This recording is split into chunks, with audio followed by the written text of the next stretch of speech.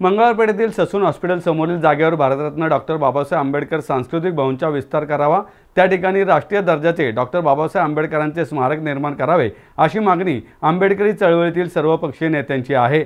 राज्याच्या आजपासून सुरू झालेल्या पावसाळी अधिवेशनात या विषयावर डॉक्टर आंबेडकर सांस्कृतिक भवन विस्तारीकरण कृती समिती पुणेच्या वतीने आंदोलन करण्यात येणार आहे। तसेच 15 ऑगस्ट रोजी पुणे जिल्हाधिकारी कचेरीवर आंबेडकरी जनतेच्या वतीने प्रचंड जवाबदो आंदोलन करण्याचा इशारा डॉक्टर बाबासाहेब आंबेडकर सांस्कृतिक भवन विस्तारीकरण कृती समितीच्या वतीने आयोजित पत्रकार परिषदेत देण्यात आला आहे। डॉक्टर बाबासाहेब आंबेडकर सांस्कृतिक भवनालगत मंगळवारपेठेतील सर्वे नंबर 405 मधील जागा विस्तारीकरणासाठी देण्याचा निर्णय 20 जुलै 2000 सालामध्ये पुणे महापालिकेच्या स्थायी समिती व मुख्य सभेने ठराव बहुमताने मंजूर केला होता। मात्र 4 सप्टेंबर 2024 पासून NG व्हेंचर्सला 60 वर्षाच्या भाडे करारावर ही जागा देण्याचा बेकायदेशीर करार केला।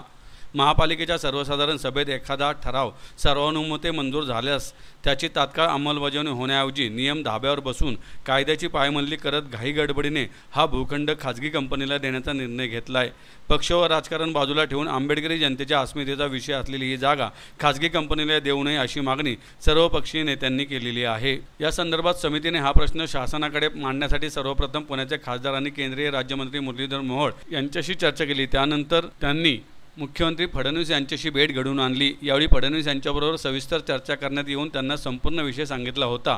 त्यावेळी त्यांनी बाबासाहेबांच्या स्मारकासाठी आपण सकारात्मक आहोत, मात्र काही निर्णय यापूर्वी झाले असल्यामुळे त्यातील तांत्रिक बाजू पाहून सकारात्मक निर्णय घेऊ असे कळवले होते। आजच्या परिस्थितीत मुख्यमंत्री देवेंद्र फडणवीस यांच्यासह उपमुख्यमंत्री अजित पवार ही जागा आंबेडकर भवनसाठी देण्यास तयार आहेत। पुणे शहरातील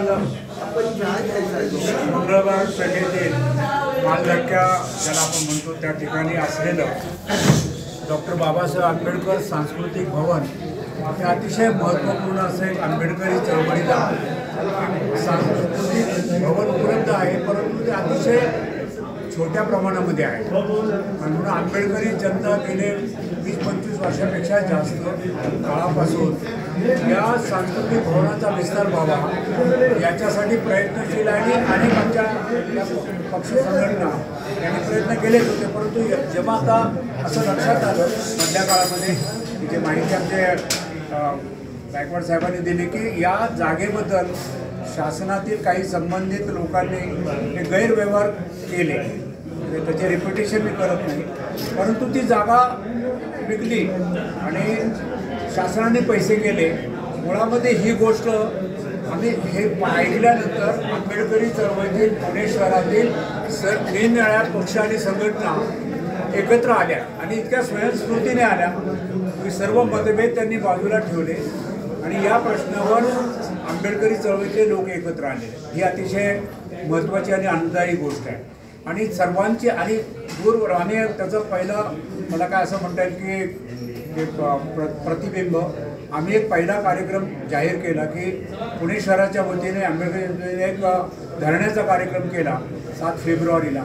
त्या कार्यक्रमाला 10,000 पेक्षा जास्त लोक उपस्थित होते आणि ते शांततेने ते आंदोलन केलं आणि शासनाला आम्ही एक संदेश दिला की ही जागा बाबासाहेब आंबेडकर सांस्कृतिक भवनासाठीच मिळाली पाहिजे।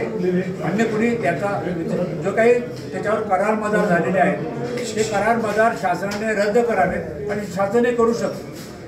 मधल्या काळामध्ये जे काही करार झाले आणि असं असताना ते करार रद्द केले पाहिजे आम्ही मागणी केली आणि ते करार रद्द झाल्यानंतर मग आम्ही त्या ठिकाणी सांस्कृतिक भवन देखील शासनाने निर्माण केलं पाहिजे अशी मागणी आहे। पण दरम्यानच्या काळामध्ये मग आम्ही आता सांगितल्याप्रमाणे की मुख्यमंत्री फडणवीस साहेब यांना भेटून निवेदन दिलं, त्याचबरोबर अजितदादा पवार पालकमंत्री असल्यामुळे त्यांनाही निवेदन दिलं, त्यांच्याशी चर्चा केली। त्यानंतर एकनाथजी शिंदे त्याचे डिटेल्स आपल्याला नंतर देण्यात येतील, पण याच्यात महत्त्वाचा मुद्दा असा आहे की आता जे सांस्कृतिक भवन आहे ते सांस्कृतिक भवन डेव्हलपमेंट प्लॅनमध्ये रस्ता रुंदीमध्ये 30 मीटर जाते। 30 मीटर म्हणजे जवळजवळ सगळं ते सांस्कृतिक भवनच हे तिथं राहणार नाही, ही याची जाणीव अजूनपर्यंत कुणाला झालेली नाही।